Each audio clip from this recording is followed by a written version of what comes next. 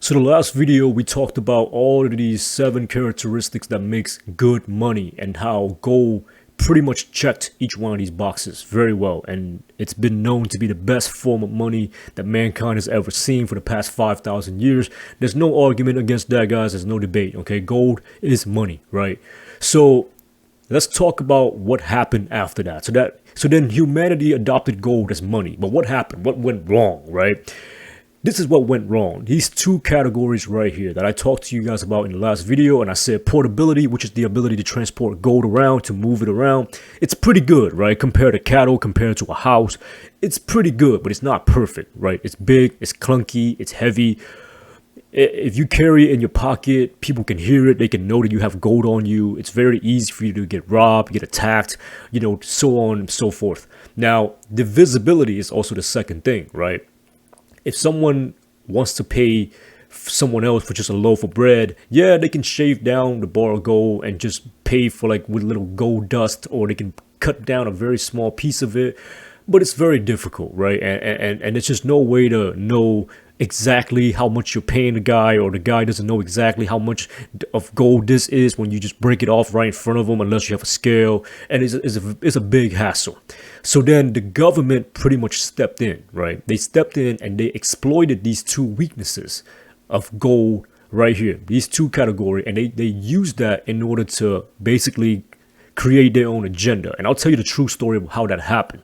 So back in the days, because gold was so clunky and hard to move around and all that, and hard to divide, hard to use for everyday purchases, what ended up happening was there's this guy. He owned a warehouse. Okay, he owned a warehouse, and he basically said, look, guys, if you want, you could just come and keep your gold in this house, in this warehouse. I'll store your gold for you, and I'll give you a receipt for your gold, right? Like, let's say you give me 1 ounce of gold, and that ounce of gold is worth $10, for example. I'll give you a receipt. Well, never mind. I'm sorry. The dollar hasn't been introduced yet.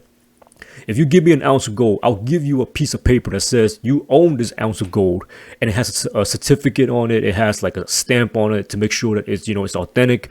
And you can take that piece of paper around every day, and you can just use it to buy things, or you can break it down to smaller units.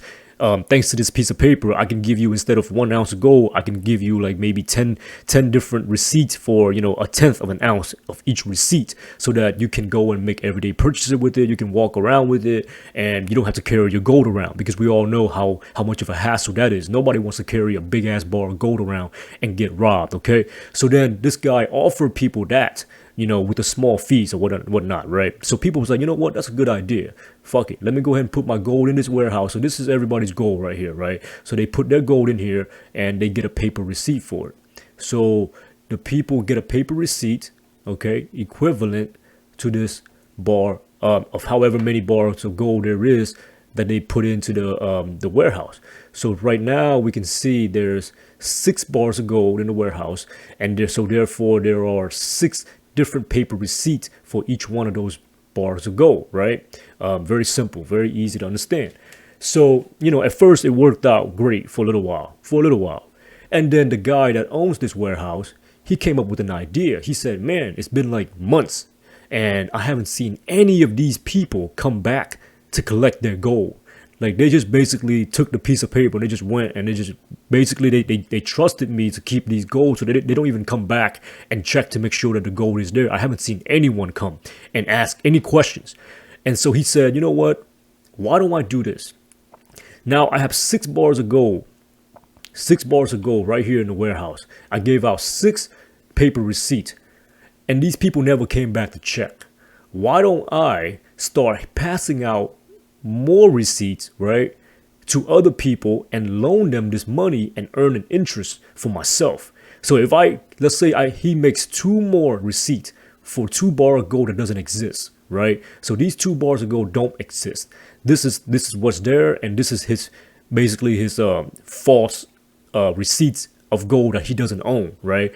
And he loans these out to 2 new people, and they pay him, let's say, 20% interest per year for the gold, quote unquote, right?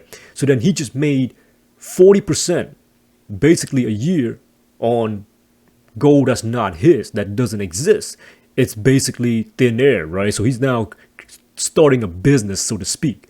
But of course, we all know that these 2 bars of gold are not backed. There's no gold in here. There's only 6. And these 6 receipts have already been given out to the 6 rightful owners. So now what? Well, he started doing this and he started giving out more and more and more receipts of gold that just doesn't have any place in the vault. These are just falsified, fake receipts.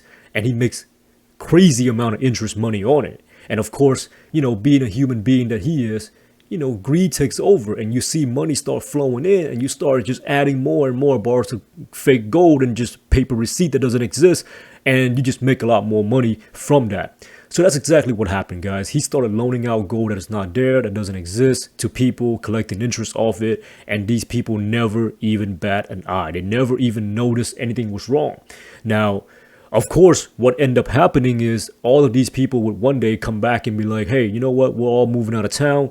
We want our gold back. So he'll give away this gold. And then these people also come back and say, you know what? Me too. I'm moving out of town. I want my gold back. Now, there's 10 receipts for only 6 bars of gold. So, of course, when all 10 people wants to come back and withdraw their gold, which is supposed to be rightfully theirs, there's only 6 bars of gold. So there's 4 that's just not there. So what is he going to do? He blows up, of course. He runs out of town, or he just, I don't know, he just never paid his debt, right? So that's the problem. But that's what ended up happening. And when the government saw that, they pretty much stepped in and they did the exact same thing, right?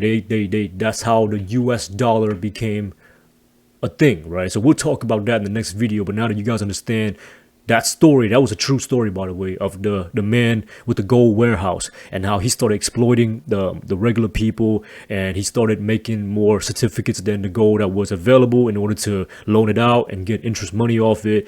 And then when it all blew up in his face, he just defaulted on it. So that's what happened, and I'll see you guys in the next video.